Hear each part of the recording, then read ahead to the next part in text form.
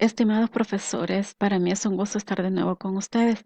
En esta ocasión la intención es fundamentar un poco más la base metodológica en investigación cualitativa e introducir al análisis de la información.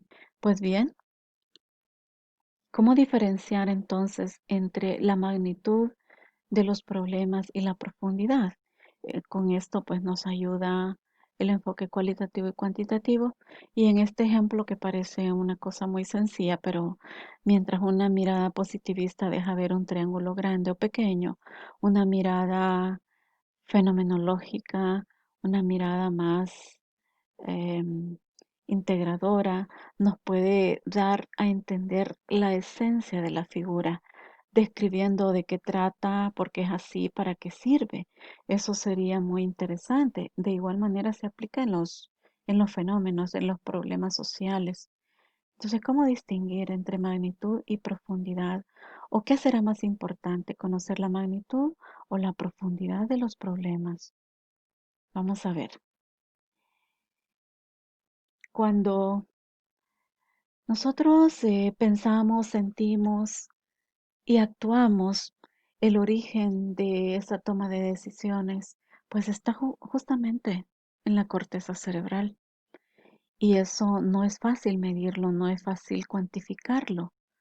Por eso entonces el análisis cualitativo se enfoca en comprender esos pensamientos, sentimientos, conductas en su contexto de una forma holística, de una forma más integral.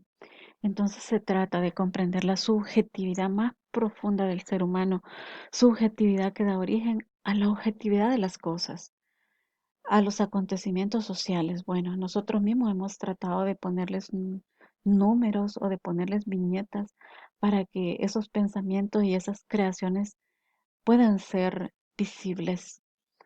Me gustó mucho la expresión de este escritor español que dice: si me hubieran hecho objeto, sería objetivo, pero me hicieron sujeto. ¿Ven? Entonces, cualquier objetivación de las cosas nace de una subjetividad, ¿verdad? Entonces, eso quiero que nos quede claro, o que por lo menos nos quede la inquietud. Y aquí les presento algún resumen de las diferencias o similitudes que hay entre los enfoques cualitativo y cuantitativo. No los vamos a revisar en detalle, pero sí algunas cosas que son muy importantes. En el análisis cualitativo buscamos la comprensión de los acontecimientos con una muestra conceptual basada en la teoría. Por tanto, hace una realidad muy dinámica y muy flexible, a diferencia del enfoque cuantitativo, que está basado en una probabilidad estadística, y la muestra, por tanto, también es estadística, tiene que ser exacta y nos deja en una realidad muy estática.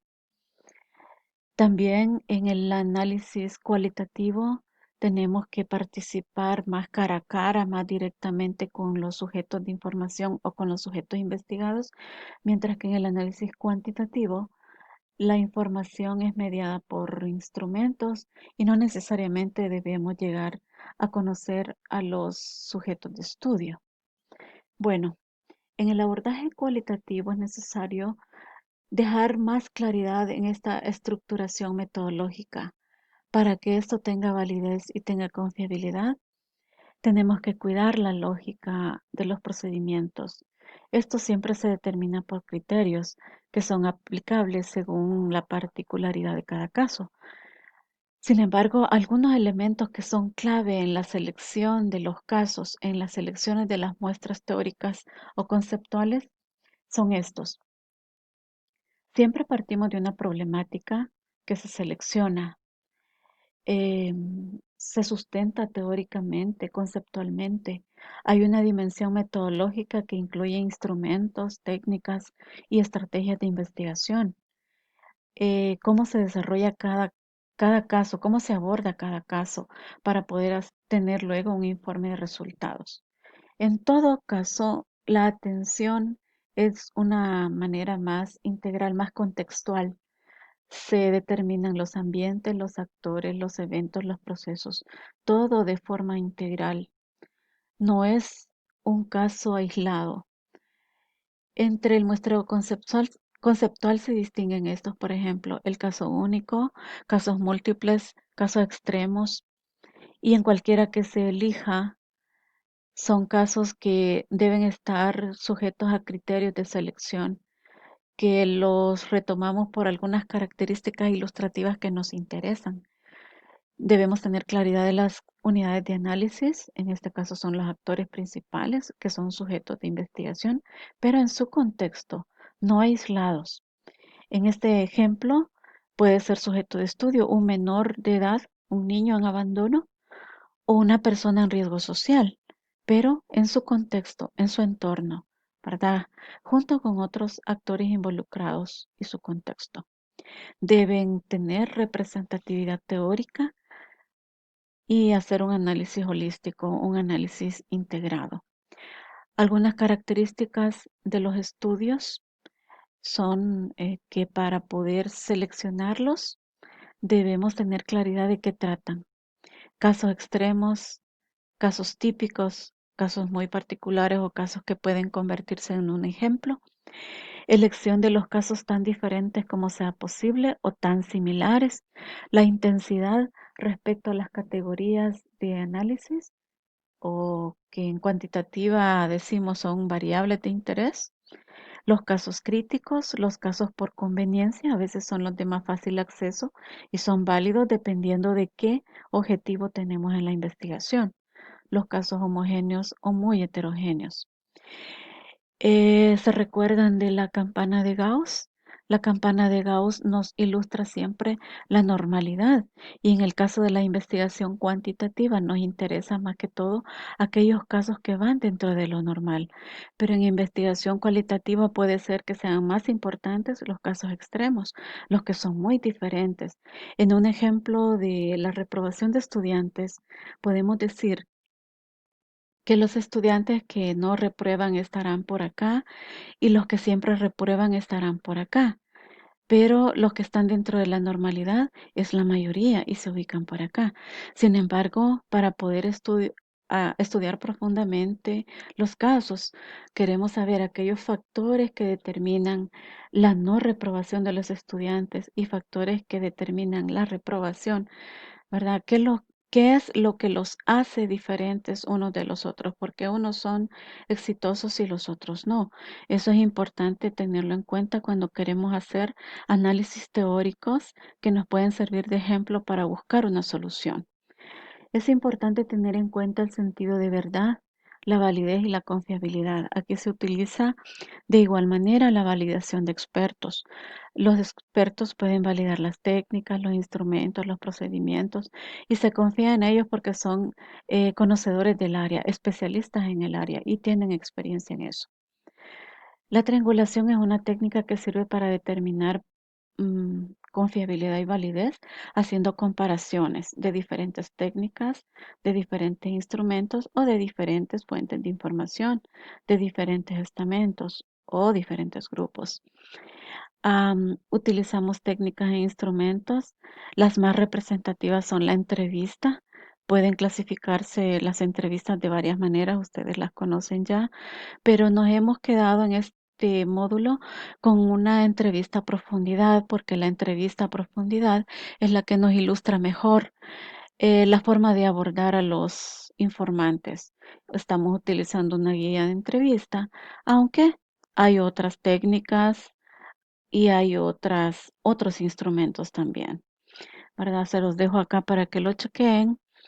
Y en este ejemplo de triangulación, en este ejemplo de un problema sobre los factores relacionados con la reprobación de estudiantes universitarios, los informantes, la triangulación es por medio de los informantes. Tenemos profesores, estudiantes, coordinadores y expertos.